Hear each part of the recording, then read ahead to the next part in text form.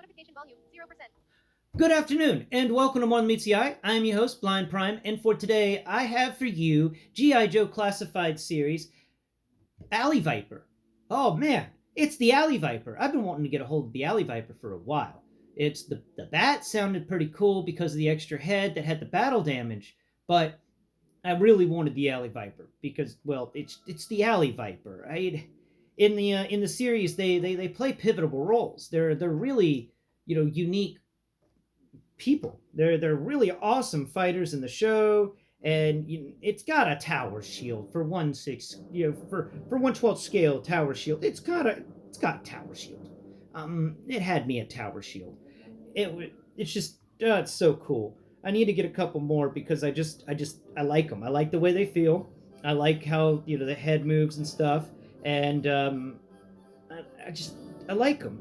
There's some stuff about them that I'm like, but I realize you can also take pieces off of them so that you can make a more defined Alley Viper. This in his hand is actually the gathering machete from Meowskulls because well, I figured this guy needed he needed a sword. He had a shield. He needed a sword. Everybody needs a sword if they have a shield. And the swords for the red ninjas and Storm Shadow just weren't cutting it for him. Though I thought about using the sword from the Snake Eyes, but I thought it was a little too big. But it does have a little clip so you can fit on his back. Yeah, so we'll get this sword off his hand real quick. Let's yeah, you know what? Yeah, we'll remove it. Ah, there it goes. Okay, we're just gonna put that sword. Ah, darn it! All the time. Okay. We're gonna put the sword in the little accessory bin that I made on a YouTube video. I have a full YouTube video on that accessory bin, and now what fell off? Oh, your little thing fell off your foot. It's okay.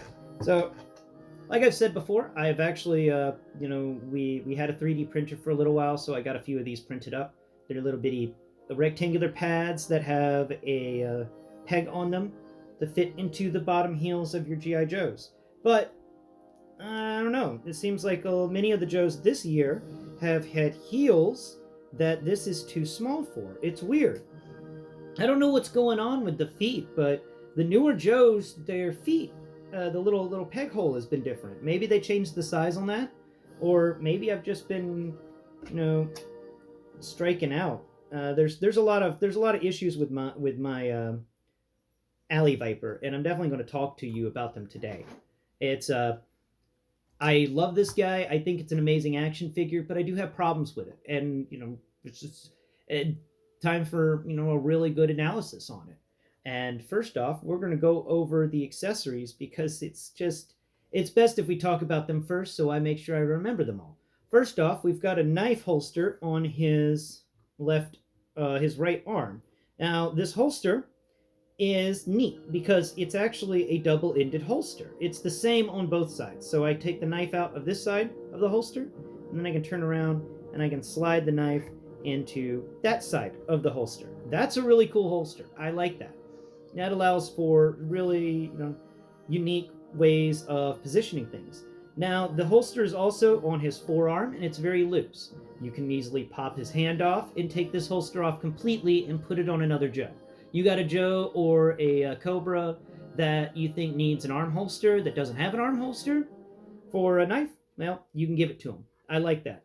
This guy is almost a weapons pack for your other Cobra troopers, just because of the sheer accessories. So that's that thing on his right arm. Now we're going to talk about what I have on here on his left arm, and I'm going to go ahead and remove his hand to get at it. Come on. No. All right. This may take a minute. His hand does not like to come off. It's one of the few joints on this thing that is incredibly, incredibly tight. No! I almost punched myself in the face. Ow. Okay, let's get that shield off his arm now. Come on, you can come off now. You can come off now. Crap. Seems I may have slid it a bit too far onto the arm while trying to get it off the... There we go. Okay, so we've got this shield here, and as you may have seen with the removing his hand thing, I don't like doing that. It's really... these hand joints are really good and sturdy. So removing that hand joint to actually, let's put that, we're just going to put it in halfway so I can remove it later. Oh, no, that'll damage the plastic. So we might as well just put it in all the way. I'll remove it later. There we go. Okay, so here we'll talk about the shield real quick. We've got this really amazing tower shield that stands decently tall. From him, I'm going to put the tip of the tower shield on the ground.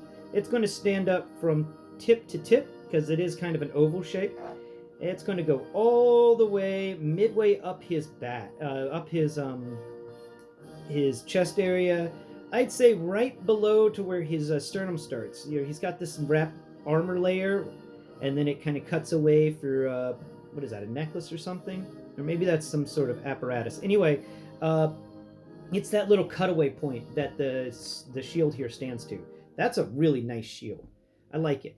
I do like this shield a lot. Now, somebody said that the shield actually has a view screen on the inside, and if I'm feeling this right, it does feel like there's a view screen, because below here you get a lot of noise. You know, you get art sculpt work that showcases supports and other things to make sure that the shield is as sturdy as possible while still being as light as possible. And you know, you get the but right here at the top area, below this weird spiky bit, it makes the top of the shield feel kind of like a spear tip. You get this big long area that's smooth, and I'm assuming that's the view screen, and that's pretty cool. The armband for the shield is pretty basic, except where the straps are concerned. They went through the time to make what feels like neoprene straps or nylon straps, and there's even a buckle. And on here, there's even a buckle on that strap. I love their straps. I love the sculpt work. You've got the X, this X pattern going on in here for stability to make this thing as, like I said, as sturdy as possible while still being as light as possible. It is a decently weighted shield though, and that's my only negative to it. I would have accepted some waffling in here, especially where you had this you have this X pattern of support structure, so it could have had some no plastic around there to maybe lighten the load just a smidge, because it does weigh down his left arm a lot, or his right arm, whichever arm you choose to put it on. And that's his shield. Now we got him shieldless, and that'll make it easier to talk about this figure whenever we get to the talking about this figure. Now onto his left leg, we've got a little strapped on pocket, and then down here on the leg, nothing much. And right here on his chest, we've got another knife. His chest armor has an inset knife holster in the down position, so where you can just pop it down into your hand. And that's actually, he has enough posability where you can have him reach. Come on. Can you get that posability going? Yes, you can. Look at that. Look at that. He could just grab the knife on his chest, and he can himself pull it out. That's pretty cool. Look at that. He can himself pull it out. That's neat. Cream, what? Wait, you're jealous of the Allie Viper? Yes. Yes, you are. Okay. Next up on the Allie Viper list is we've got this pistol on his hip. Now we're going to pull this out. Now this is another one of those pistols that doesn't seem to have any Cobra insignias molded into it. I was expecting maybe, some sort of Cobra face or Viper face. Maybe even scale work, like, textured scales. But it feels like one of those Nerf pistols. It's definitely a weird feeling gun. It's more sleek and sci-fi-ish. But, yeah.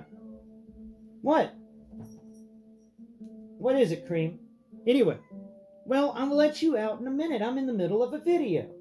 Maybe you should have thought of that. Okay. His holster here also has got really great leather work detailing, or what is that? Maybe that is actually leather, but it feels like the straps are made of something sturdier, maybe leather and steel or something like that, or just composite materials. And the straps going around his leg, they have buckles on them as well. And Yeah, that's the accessories on his body. Oh, wait, one more. He comes with this little face mask. And once you snap it into place, it's best just never take it off again. But it can raise so that his face can be seen. He's wearing a mask, and we'll talk about all that stuff when we get to the figure sculpt work and really get in depth on that. But that mask has some really great texture to it. It is a nice feeling mask. I really like this. It's really cool. Okay, next up we have the backpack here and the grappling gun. No, that's not. That's the submachine gun. Where's the grappling gun? All right. Now, this is the assault rifle, and the grappling gun is. Where's the grappling gun? Did the grappling gun fall off? Did I knock the grappling gun away? I knocked the grappling gun away whenever I pulled the shield off. Okay, so now we have the backpack and the grappling gun. I'm considering these two pieces, well, actually three pieces, all one piece. The grappling hook here is, well, 1 second. He's just not going to let up.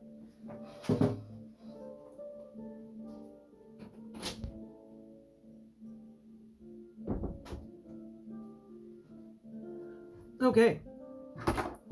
Darn it. The grappling hook here is pretty small. It can fit into his hand. He has got the ability to hold said grappling hook. Boom. It just fell out of his hand though, because he didn't really hold it in his hand well enough. Let's see. You can actually. Oh, that was my problem. The hand was wrong. Okay, there it goes. There's the hand. Nice. And then we can put that in there. He doesn't hold on to it tightly, but he can hold on to it, though you can hold him. He can hold on to the hooked end. And it's just, it's got two hooks. It's like a batarang or something with a little pole on the end, and it sticks in the end of the grappling gun, which is this long, flat feeling gun. It's got a little scope on it so you can find your target, and it's made to, send out a grappling line. And the grappling hook has a little eyelet right below the hook, and then the gun has a little eyelet. So if you wanted to get creative, you could actually tie a string between those 2 points and then have your Allie Vipers posed in a way of they just grappled up the side of a building. So that's the grappling hook gun. And then we have his backpack here. Now on the backpack, you can feel there's a few things. You got this big round thing in the center, and that is the storage, well, at least, imaginary storage for the line for the grappling hook and gun. The gun and the grappling hook both are tied up to that thing, and when you fire the grappling hook line, it's not going to go from the hook to the gun directly. It's going to go from the hook to the backpack, and then from the backpack to the gun, so that whenever it starts climbing up, it allows the wearer to, just climb with it. It's pretty cool. You got a little vent thing on one corner of it, and on the bottom area here, we have a bunch of grenades that are molded into place. It would have been cool if you could take these grenades out. Like, I would have gladly been okay with part of the grenade having a hole in it for a peg. I think that would have been cool. But there is a peg that stands out amongst all this, and if you can take the grappling gun, you find its trigger, and then you put the trigger over that peg hole, that peg, and then that peg will just slip into the trigger, and you can put the gun on your backpack. There we go. And you just kind of tamp it down a little bit, and it's not really going to go anywhere. That is a sturdy connection, and I love it whenever they do that. Yes, just give us pegs to put to put into the trigger guards of guns, and that way we don't have to have weird little pegs sticking out of our guns. Our guns can be normal, and all the things guns stick onto have the pegs. That works better, in my opinion. And it's a decent sized backpack. It is just a bit heavy. Sometimes I wish they made these backpacks hollow, or at least less plastic, maybe some waffling on the side where it connects to the back, because these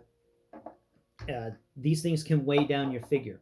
And we're going to get into that, and that's my biggest negative with this guy. But we're getting on to the last few accessories here. He comes with 2 ammo ammo cartridges, and one of both of them. One fits into the assault rifle, and then one fits into the submachine gun. Now, the assault rifle here is decently long. We're going to put its stock on the ground, and we're going to point it straight up.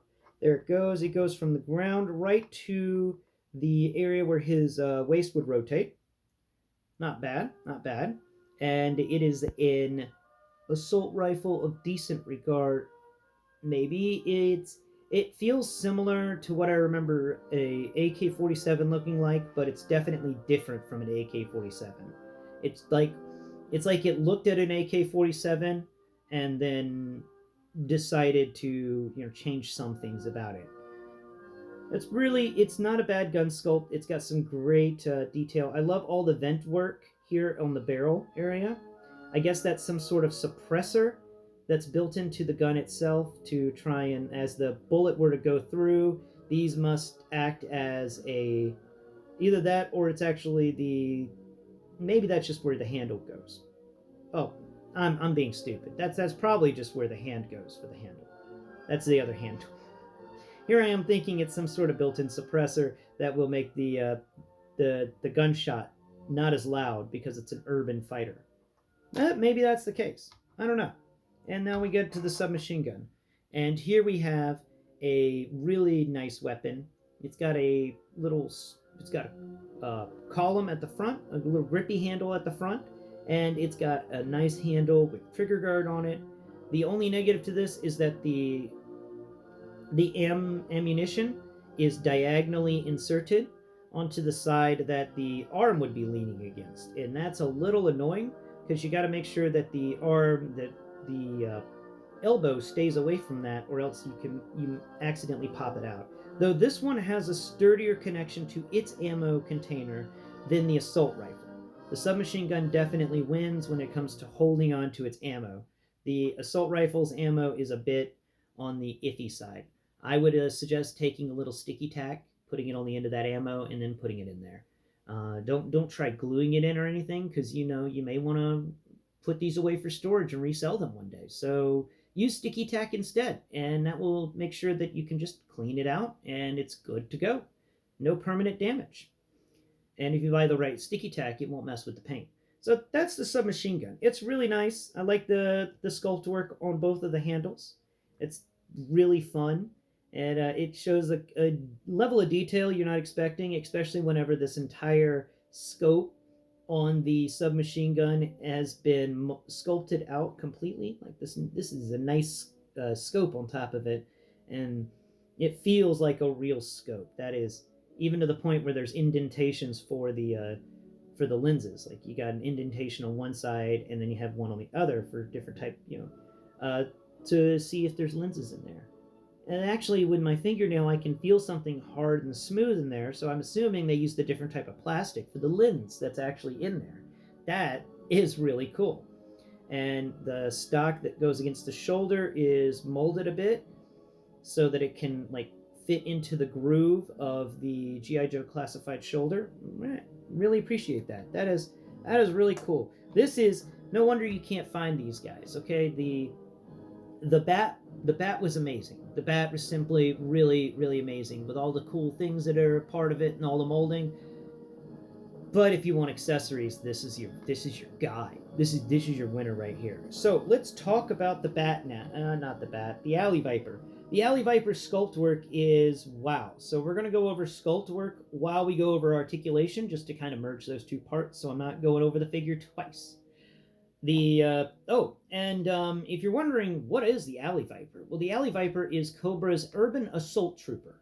Though this is the trooper that they send into cityscapes and in many episodes of the show where they first appeared in the show.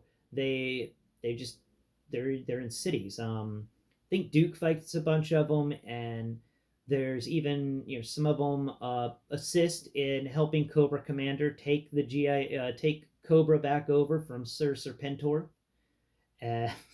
Sir Serpentor. I thought that was pretty cool, learning that the Allie Vipers actually helped in bringing Cobra Commander back to power. But that's who they are. They're just better troops, and they're specifically trained for urban situations and scenarios. Hence the shield that keeps the if you're walking through an alley and you've got like a couple of alley vipers right next to each other, this is a wall of shield. It's going to be difficult to really hit anybody. And we're going to get into their armor that they actually have on their body that's kind of built around them holding the shield in front of them, or at least beside them. And that's really cool. So let's get into this. Their helmet on their head is really smooth. It can't be removed, sadly, but they do have a face mask that can pivot up, and inside you get a sort of a face like the Cobra Trooper has. It's a face with a wrap around the nose and mouth, but inset eyes and are your human eyes just looking out. That's pretty cool. I do like that. That way you can keep anonymity and keep have a multiples of these guys. They're all just going to have similar colored eyes. It would have been cool to have different colored eyes, like what Super 7 does, and you just never know which color eye Alley Viper you're going to get. Articulation wise, the head can move side to side, it can look up, it can look down, and it can spin nearly 180 degrees, but the collar on him does keep that from being too much. And this is a popped up sort of armored collar, and it keeps the Alley Viper's neck safe from sneak attacks or sniper damage. It's all bunched up around his neck area, so it stops him from being able to really use his neck much, but it keeps his neck protected, which is really cool. Oh, Stalker killed an Alley Viper once. Well, he's killed plenty of Alley Vipers, but I do remember there being one specific instance. So let's move over to his chest area. His chest has got a joint in the center. It really doesn't do much. That is a not very active joint in the center. You can kind of click it and bend the armor around it because his armor does bend, but it is inhibiting the joint a lot. He doesn't really have much side to side motion in the core, but he can kind of look in different directions, but not very much in the core. There's not much movement in the core at all. That's a negative on the figure. I wish they could figure out a way to do this type of armor, but still keep some of the core flexibility. Maybe taking away some of the armor on the back? I don't know. But it's something that I've given thought to. So, the arms are really fun. One arm, we'll start with the right arm. It's got some sort of pocket built into the upper arm area, and it's its own little mold that moves around freely. You can take that off if you wish. And down towards the rest of the arm, we've got the free floating holster for the knife. I'm just going to slip that up just a bit to hold it into place, but it doesn't really hold into place very well. We've already gone over the knife. And he's got the typical hand. This hand is a side-to-side joint. His other hand is an up and down jointer for his left hand. So I guess his left hand's supposed to be the gun hand, but the side-to-side joint is the right hand. And moving over to the left arm, the only difference is that it does not have the thing on the upper bicep area. The arms are double elbow jointed and have a lot of range. There is a butterfly with this guy. It is a butterfly, and it actually gets a good amount of range for all this armor around it. Now we come down to the lower area, and we have this really amazing armor sculpt for his chest, which I'm going to go over real quick. We've got all sorts of things. So that popped up collar, we've got things that come down the sides here. What are those, pockets? Yeah, that's pockets where he can carry more ammunition. That's the knife holster on his left side. There's some ammo pockets. Feels like he's got all sorts of gear shoved in there, and it's just layers of armor, textured insanely well. You can feel different fabric folds in here. You can, down here you feel different buckles holding it all together. This guy is strapped down. He's even got the yield sign on the front, keep people away, and come around to his back, and he's got the typical Joe butt. but his back of his armor is very smooth, and there is a bunch of wrinkles sculpted in the area that the joint will be for his lower back. His lumbar region has a bunch of sculpted in wrinkles for the fabric, to showcase that it moves, but it doesn't. Um, Now, over to his legs, he's got the pop down and pop up hinge. He's got the normal G.I. Joe classified hip area hinges. He's got double jointed knees. His knee pads are really well sculpted. I like the sculpt work on there. And the shin guards are also really cool. They feel similar to the shin guards for uh, Roadblock. They feel similar to the shin guards for Roadblock, maybe, but they're different. They're definitely smaller. He's got rotation there, right above where the shin guard is. His fat, you got a bunch of bunched up fabric sculpt going on around the leg and the shin guard, and the shin guard's also part of the boot. So, but the bunched up fabric is because he tucks his pants into his boots, I assume, and that's really cool. I love that. And down here to his boots, he's got on the underside no tread, which I am upset with. No tread. Why doesn't he have tread? Come on, guys. Come on. Give me tread on the bottom of the shoes. I know not many people look at the shoes, but I look at the shoes. I look at the shoes. And he's got articulation in his feet that are the normal stuff. Now we're going to talk about the negatives on this guy, because there is a couple. Number one, he's too top heavy.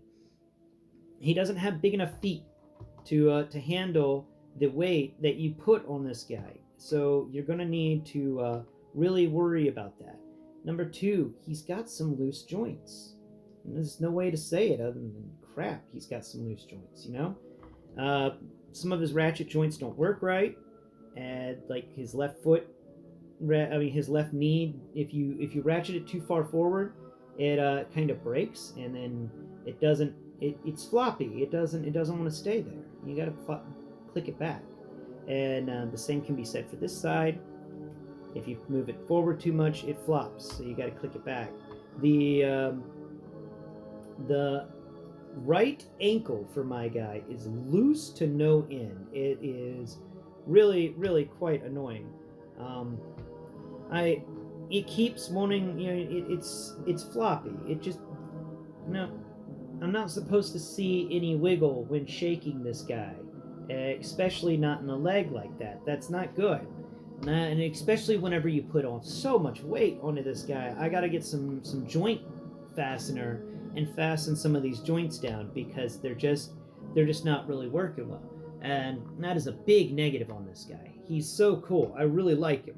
And I love the fact that he can do the Tony Stark Iron Man thing of picking his face visor up from his helmet, even though you really can't see his face. I like all of his armaments. I like the shield. I really like the clever design of putting a TV inside the shield so you can still see what's on the other side of the shield. That's all really cool. It's just this guy has some QC problems of maybe it's mold degradation.